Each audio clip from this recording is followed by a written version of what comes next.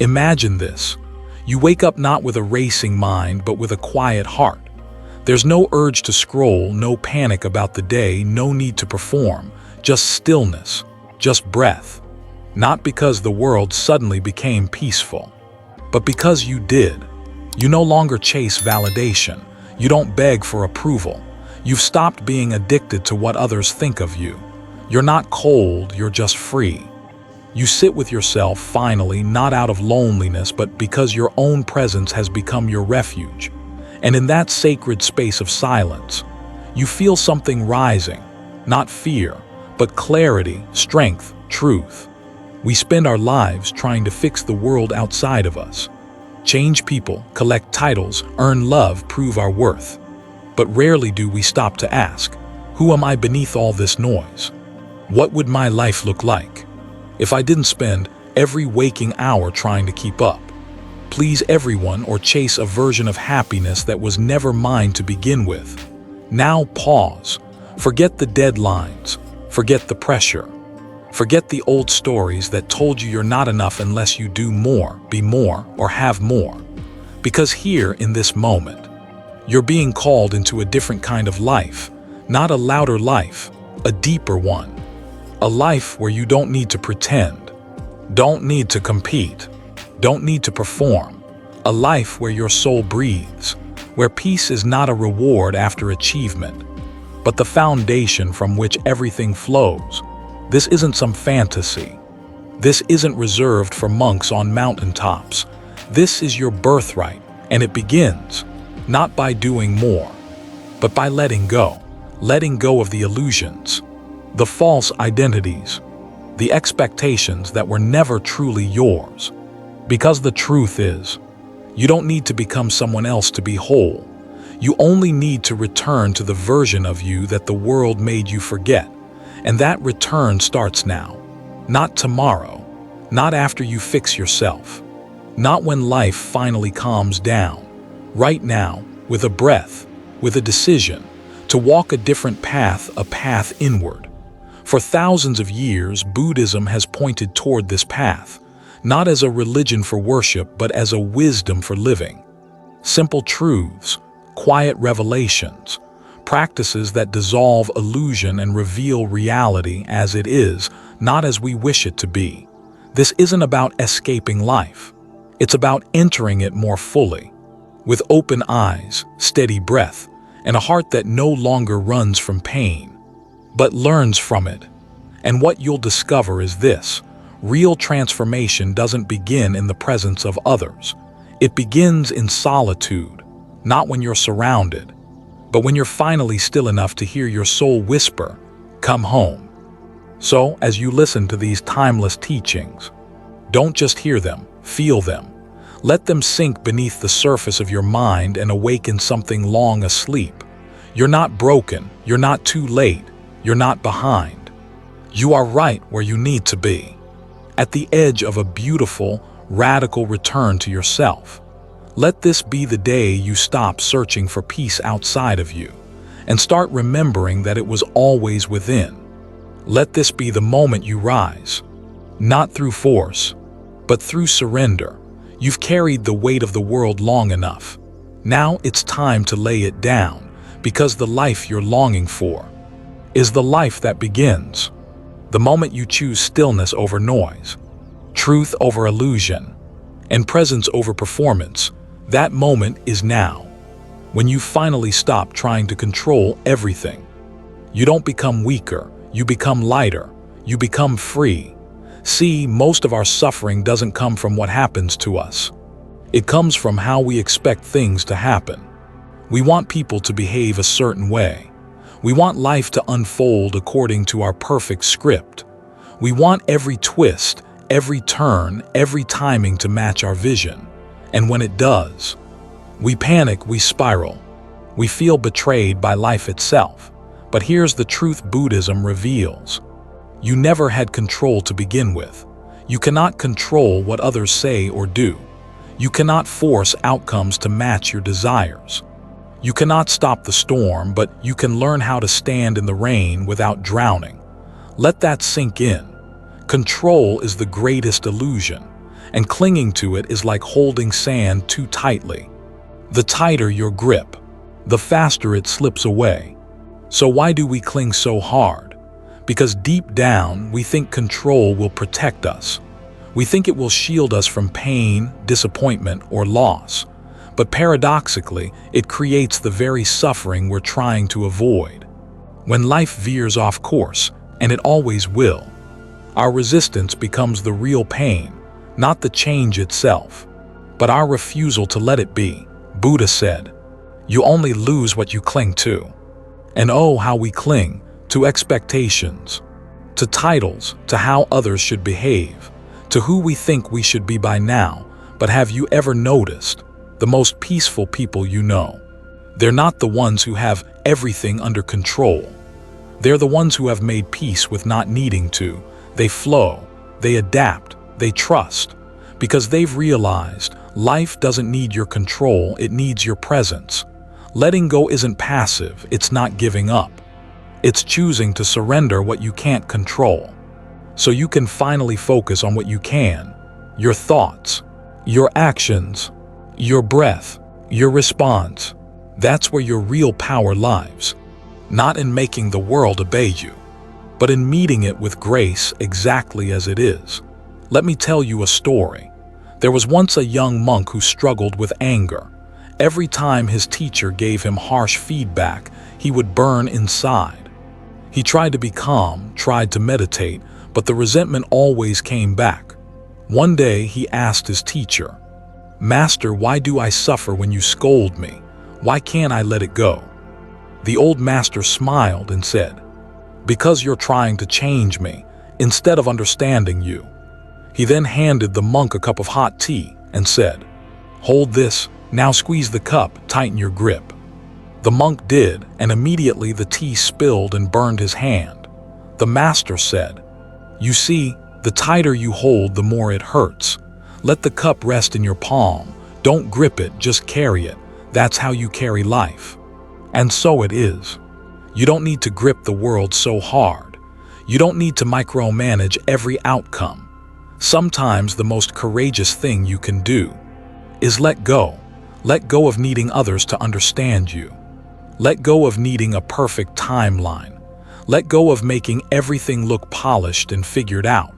Because truthfully, the universe has always known what it's doing. It's your resistance that's gotten in the way. The storm will come. The plan will change. The people you count on may falter, but you have a choice. You can rage, react, and resist, or you can breathe, surrender, and rise with it. There's so much peace waiting for you. Not when everything is perfect, but when you stop demanding that it should be. So ask yourself, what am I gripping that's hurting me? What outcome am I forcing? What version of life am I resisting because it doesn't match my fantasy? Then exhale, gently, intentionally, as if releasing the weight from your shoulders. Let it go. Let go of control. And watch what flows back in its place. Clarity, lightness, freedom, peace. The world may never go exactly as you planned, but it will always unfold exactly as it needs to. When you stop controlling and start trusting, and when you stop resisting what's happening out there, you finally create space to explore what's going on within, not the roles you play, not the distractions you hide behind, but the person beneath it all, waiting to be seen. Because silence is not empty, it's where your truth lives. Let's go there next. So many of us have been trained to run from ourselves. The moment discomfort creeps in, we scroll, we binge, we call someone, we turn the volume up just to drown out the voice we're afraid to hear. But here's what no one tells you. Avoiding yourself is the most exhausting thing you'll ever do. It seems harmless. The fifth video, the sixth conversation, the constant background noise. But what you're really doing is building a habit of self-avoidance. And over time, you forget how to be with the one person you're meant to spend your whole life with, yourself. Buddhism doesn't tell you to run from discomfort. It tells you to sit with it, to breathe with it, to listen to it. Because your pain isn't here to punish you. It's here to teach you, underneath the boredom, underneath the awkward silence, underneath the ache you try so hard to ignore. There's something sacred waiting, truth, clarity, realignment. The moment you stop distracting yourself, you start meeting yourself, and what you'll find may surprise you. You're not broken, you're just unattended. You're not hollow, you've just been numbing. You're not lost. You've just been ignoring your inner compass. There's a story told in the Zen tradition. A monk asked the master, "Master, how do I find truth?"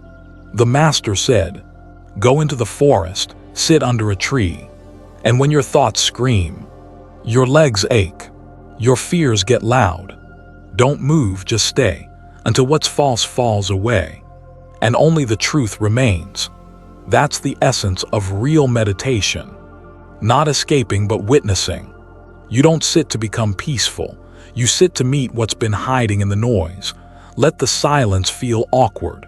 Let the emotions rise. Let the discomfort flood in. And stay. Watch your sadness without judgment. Feel your anxiety without fleeing. Name your fear without becoming it. Because the moment you stop reacting, you start healing. There's something profound about staring into your own inner chaos and realizing you can survive it. You don't need to fix every feeling. You don't need to solve every thought. You just need to be present with them, because presence by itself is healing. Try this. Sit for 10 minutes. No phone, no background music. No just one quick text. Just you, your breath, and the storm inside. Yes, it will be uncomfortable. But eventually, the storm passes, and when it does, you find something stronger than comfort. You find clarity. You begin to hear that quiet inner voice again. The one that whispers what really matters. The one that's been silenced by years of external noise. And once you hear it, you can't unhear it. That voice reminds you, you are not your thoughts, you are not your sadness, you are not your chaos. You are the one who sits, the one who watches, the one who stays. So stop running. Stop chasing the next thing that promises escape. Stop numbing the discomfort before it speaks. Instead, return to yourself, the version of you that isn't afraid of silence, but reborn in it. Because silence isn't empty. It's where your soul finally breathes again. And the most beautiful part, once you've sat with your pain, it no longer controls you.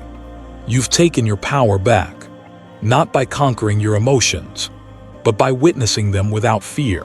And from that stillness, a new form of strength is born, one that doesn't fight the storm, but transforms inside it. So, when pain arrives, don't run, because just beyond that discomfort is the doorway to your next transformation. Let's walk through it together. You've been taught to fear pain, to run from it, to fix it fast, to numb it before it speaks. But what if pain isn't here to break you, but to wake you? What if the very ache you're trying to avoid holds the wisdom your soul has been asking for all along? In Buddhism, pain isn't the enemy. It's the teacher, the guide, the mirror that shows you where your walls are and where your growth begins. Think about it. A seed cannot become a tree until it cracks open. The breaking is necessary for the becoming. So it is with us. We want transformation to feel gentle, beautiful, clean.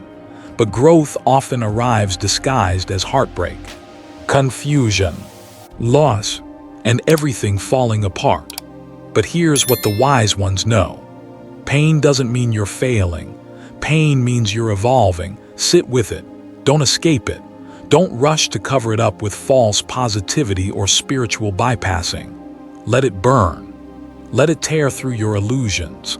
Let it peel back everything that isn't real, because underneath it is your truth.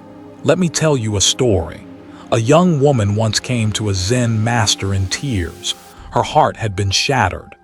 She lost someone she thought she couldn't live without. She asked, "Master, why does this hurt so much? I gave them everything." The master poured tea into her cup until it overflowed, then kept pouring, The woman gasped, "Stop, it's too full." The master smiled. "Exactly. Your heart was full of someone else. Now it is emptied. Painful, yes, but finally now you have room to discover yourself. That's what pain does. It empties us. Not to punish, but to prepare us for new strength, new vision, new life. So when the ache comes, instead of asking, why me? Try asking, what is this trying to teach me? Maybe your heartbreak is revealing your capacity to love. Maybe your failure is revealing a strength that success would never have shown. Maybe your loneliness is showing you the depth of connection you truly long for. Not surface level, but sacred. You see, pain strips away the noise. It pulls you out of autopilot. It forces you to feel again, to wake up. And that awakening is where the real transformation happens. The most peaceful people aren't the ones who have avoided pain. They're the ones who have sat with it, felt it, held it close, and let it carve wisdom into their bones. It's not about romanticizing suffering. It's about honoring it, not rushing through it, but learning from it. When you sit with pain without judgment, you begin to see that it's not trying to destroy you. It's trying to rearrange you. It's burning away the parts of you that can't go with you into your next chapter. Maybe the version of you that was too afraid, too dependent, too attached, needs to be released. And yes, it will hurt. Growth always does, but pain isn't a wall, it's a doorway. And the moment you walk through it consciously, you don't come out the same, you come out wiser, clearer, realer.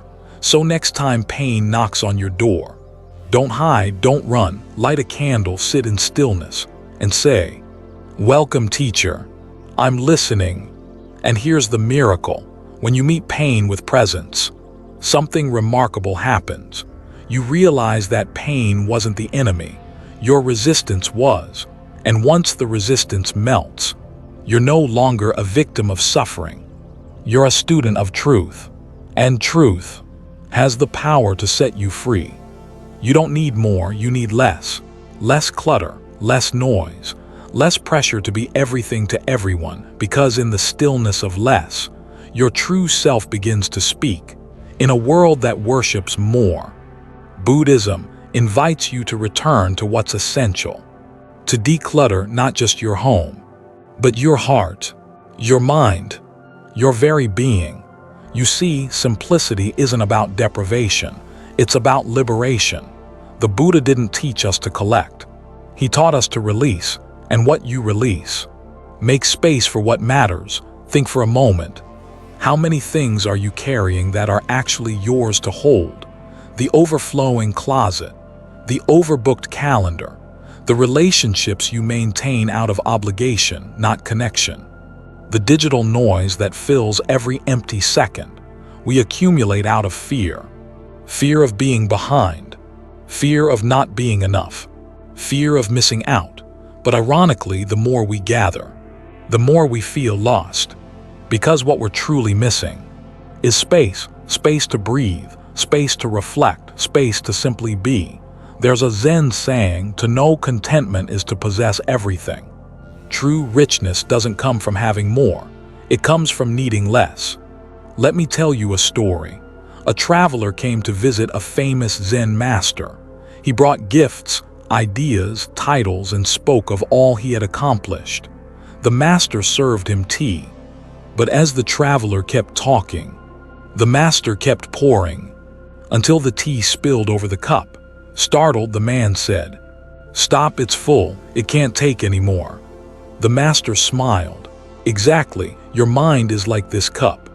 How can I teach you Zen if you are already full?" Simplicity isn't about making life empty. It's about making it available to peace, to insight, to joy that doesn't come from things, but from presence. So how do we begin? Start with your space. Clear what you no longer use. Create a sanctuary that reflects calm, not chaos. Then look at your time. Where is it going? Are your days filled with purpose or just motion? Slow down. Say no more often. Choose depth over noise. And then your mind. How many thoughts do you carry? That don't serve your highest good. I should be further. I need to impress them. I'll be happy when. Let them go. You are not here to be everything. You are here to be real. And when your life becomes quiet enough, you'll begin to hear what you've been too busy to notice. The whisper of your inner wisdom. And that voice is never loud. It speaks through simplicity, through clean air, unrushed mornings. A single breath taken with full attention. Imagine this, a life where you don't chase the next thing, but cherish this one. A home that reflects your inner stillness. A schedule with sacred pauses. A mind free from chaos. This isn't fantasy. This is your right. And it begins when you choose to subtract. Because every time you let something go, a possession, a distraction, a toxic thought, you say yes to something deeper, peace, clarity, freedom, and your truest self. So as you move forward, ask yourself gently, what do I truly need? Not to survive, but to come alive. Let your life become light. Let your heart become quiet. Let your soul have room to expand. And remember, you don't need to become more. You only need to become clearer. And simplicity is the path that will take you there. You've cleared the clutter. You've made space to breathe. Now you begin to hear again. But what is it that you hear? Thoughts, emotions, old stories rising like echoes in a canyon, some gentle, some loud, some that try to convince you. You are still the old version of yourself. Here's the truth no one ever taught us. You are not your thoughts. You are not your emotions. You are the one watching them. You are the space where they rise and fall. But most people, they don't watch, they react. A rude comment, an old fear, a memory from years ago, and suddenly they're drowning. Anger erupts. Anxiety takes over. Sadness wraps itself around them like a fog. They don't respond. They become the emotion. But Buddhism offers a radical shift. It teaches you to stop being trapped inside your feelings and start becoming the observer of them. This isn't detachment. It's not cold indifference. It's awareness. Imagine this. You're standing by a river. Thoughts are boats floating by. Emotions are waves moving past. You can watch them, let them pass, but you don't have to jump into every one. This is what mindfulness teaches us. The mind says, I'm not good enough. But you, the watcher, say, oh, there's that thought again. The heart tightens with fear, and you gently say, hello, fear, I see you, but you are not me. And just like that, you've reclaimed your power, because the real danger isn't anger. It isn't sadness. It's believing you are those things. It's acting from them without awareness. Let me share a Zen moment. A student asked the master, Master, how do I control my anger? The master smiled. You don't, you observe it. Let it speak, but don't let it steer. That's the key. Anger is a visitor, fear is a visitor, joy, even that is a visitor, but you are the house, and the house doesn't move, just because the weather changes. So next time you feel overwhelmed, pause, breathe, don't respond right away. Notice the sensation. Is your jaw tight? Is your chest heavy? Is your mind racing?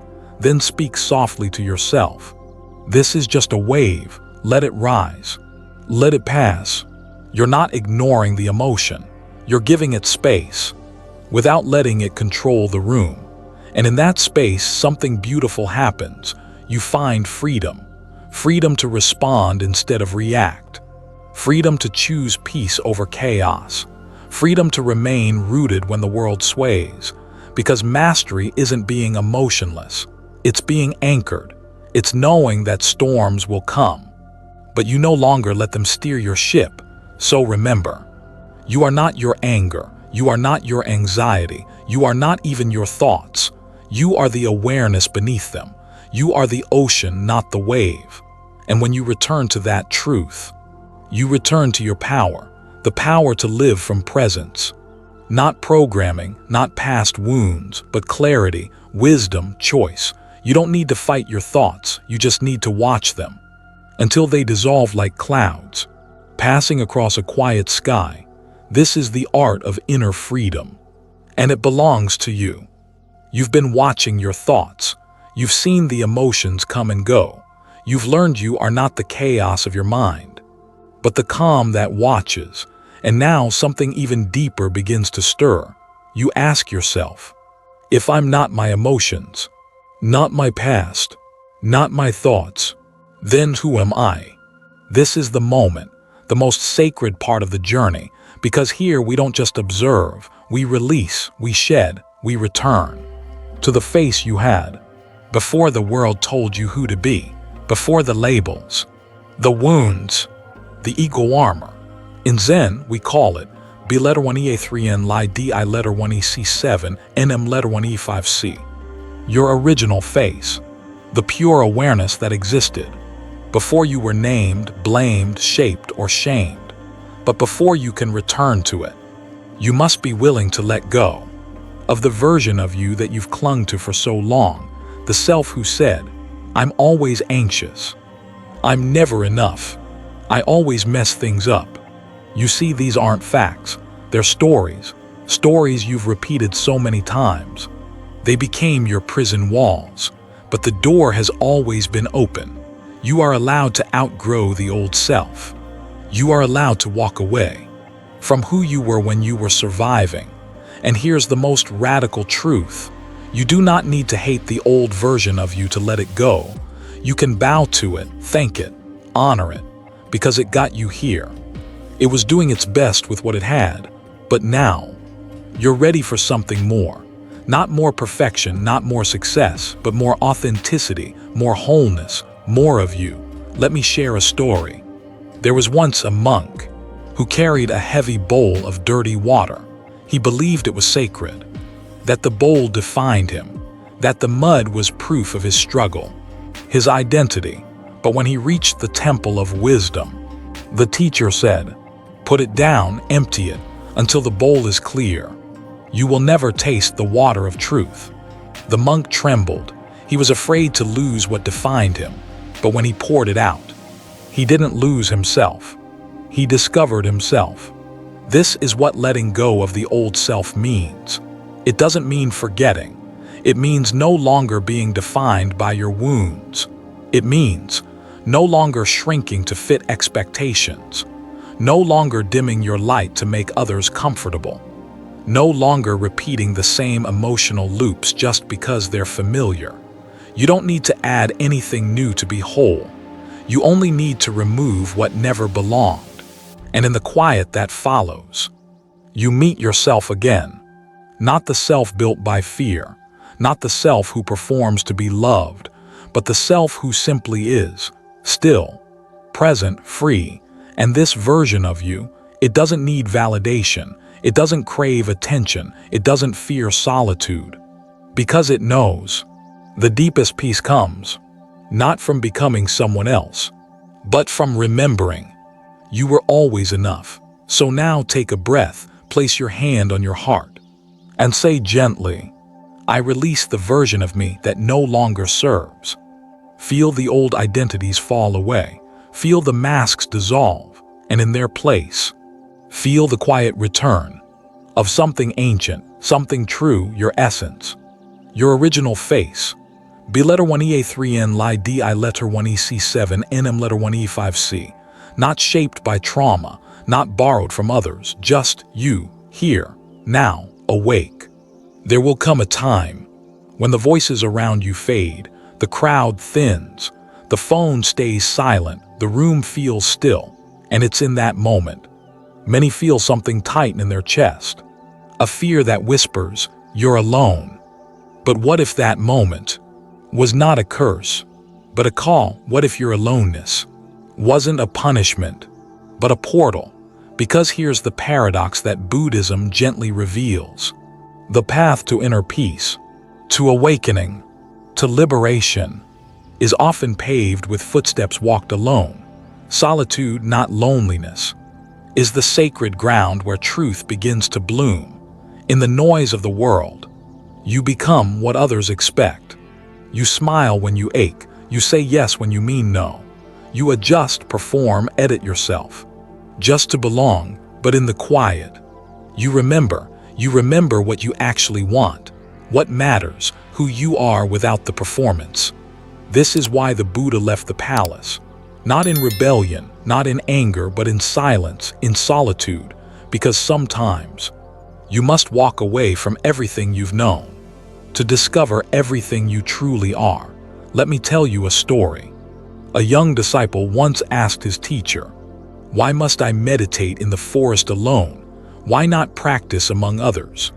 The teacher replied, "When you are with others, you hear their voices. When you are alone, you hear your own. And only then will you know whether you are repeating or awakening." Solitude strips away the layers. There's no one left to impress, no approval to chase, only you and your breath. And in that space, you begin to hear the voice you've silenced for years. The voice that says, "I am whole, I am enough, I am becoming." You don't have to go to a forest to find solitude. You don't need a monastery or a mountain. You only need a moment, a room without distraction, a walk without your phone, a cup of tea enjoyed in full presence. And in that space, what once felt like being alone begins to feel like coming home. But solitude isn't always comfortable at first. It reveals your shadows, your fears, regrets, insecurities.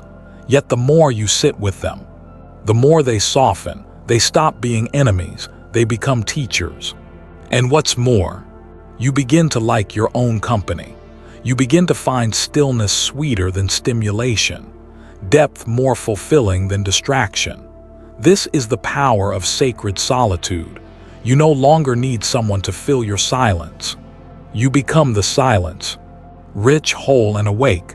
So if you're in a season where people have left, where connection feels distant, where you sit quietly with only yourself, don't rush to escape it. Don't fill the space too quickly.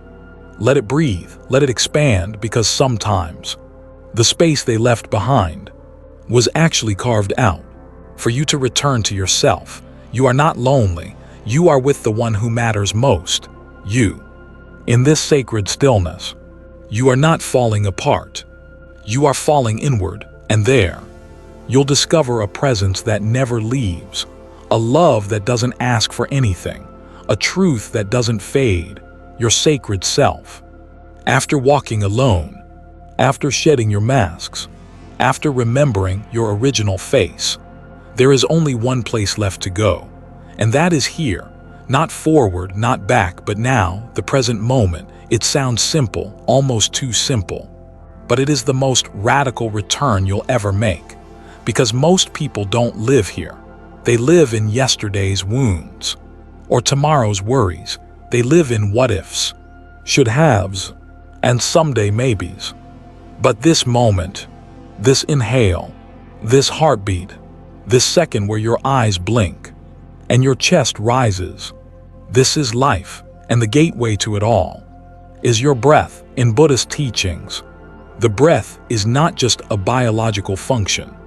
It is a teacher, a compass, an anchor, a home. Why? Because the breath cannot exist in the past. It cannot exist in the future. It only ever lives. Now, when you follow the breath, you follow your life, not the story in your head, not the projections of the mind, but the raw, radiant experience of being alive. Try this right now. Don't just listen. Feel, close your eyes, let your shoulders drop, and take one full conscious breath. Inhale. Exhale. That's it. No need to fix anything. No need to control, just be with the breath. And suddenly, the world softens, your thoughts slow, your body relaxes, and you return to yourself. This is mindfulness, not a buzzword, not a trend, but an ancient remembering that this moment is enough. When you eat, taste. When you walk, feel the earth. When you speak, listen first. When you breathe, breathe like it matters, because it does. It's the first thing you did when you arrived. It will be the last thing you do when you leave. And in between those two sacred thresholds are thousands of chances to come back to life. Let me tell you a story. A young monk once asked his master, "Master, what is the path to enlightenment?" The master replied, "When I eat, I eat. When I walk, I walk. When I breathe, I breathe." The monk was confused. "But master, don't we all do that?" The master smiled. "No, most people eat while thinking, walk while worrying, breathe while rushing. They are never fully here, and so they miss their life." Mindfulness is not about slowing down life. It's about showing up for it, fully, honestly, gratefully, and even in pain. You can be present, even in fear. You can breathe, even in chaos. You can anchor yourself to the simple rhythm of inhale and exhale. The more you return to the breath, the more your nervous system resets, the more the noise in your head quiets, and the more your soul whispers, "You are safe, you are here, you are home." So the next time your mind begins to spin, the next time life feels too fast, too loud, too much, don't reach for your phone, don't escape, don't suppress. Breathe, breathe as if each inhale is a prayer returning you to yourself. Breathe as if each exhale is a release of every story that no longer serves. Because in that breath, you're not broken, you're not late, you're not missing anything, you're here. And here, in this sacred now, is where transformation begins. You've walked through stillness, you've sat with pain, you've tasted silence, shed the old self, and come home to your breath. And now you're here. But let's pause a moment, right here, and let something sink in deeply. You are not broken, you are becoming. There is nothing about you that needs fixing. Nothing that disqualifies you from peace. Nothing that makes you unworthy of awakening. The parts of you that feel messy, confused, overwhelmed, they're not signs of failure. They're signs of transformation, of movement, of expansion, of healing. In motion, you see, we live in a world that celebrates perfection. Smooth edges, quick solutions, polished smiles. But the way of Zen, the way of Buddha, is not about polishing, it's about seeing clearly, even if what you see is cracked, tender, and undone, because the crack is where the light enters. There's a Japanese art form called kintsugi, where broken pottery is repaired with veins of real gold, not to hide the break, but to honor it, to say, this was once broken, but now it's more beautiful because of what it survived. That's you, golden, wounded and worthy, not in spite of what you've been through, but because of it. You didn't fail when things fell apart. You grew. You didn't fall behind. You just took the sacred road, the slower, deeper one. And you didn't lose yourself. You just returned to someone you hadn't seen in a long time, your true self. So if today your breath is heavy, your heart unsure, your path foggy, remember this: you are allowed to pause, to begin again, to rise slowly. You don't have to be healed to be whole. You don't have to be fearless to be brave. You don't have to be perfect to be peaceful. You only have to be present and kind, especially to yourself. Let this be your final breath in this journey together. Inhale, I am becoming. Exhale, and I am already enough. Now walk gently, live mindfully, and when in doubt, return to the breath. That's where your freedom lives. If this journey resonated with your soul, and something in these words stirred a quiet knowing within you, we invite you to stay connected. Subscribe to Zen Buddhism Wisdom, where every video is a gentle reminder that peace is not something you chase. It's something you return to. Here we don't preach, we reflect, we don't shout. We sit in silence and let it speak. If you're walking this path through solitude, through stillness, through sacred transformation, you're not alone. We're right here, walking it with you. So subscribe, sit with us, and let's breathe together.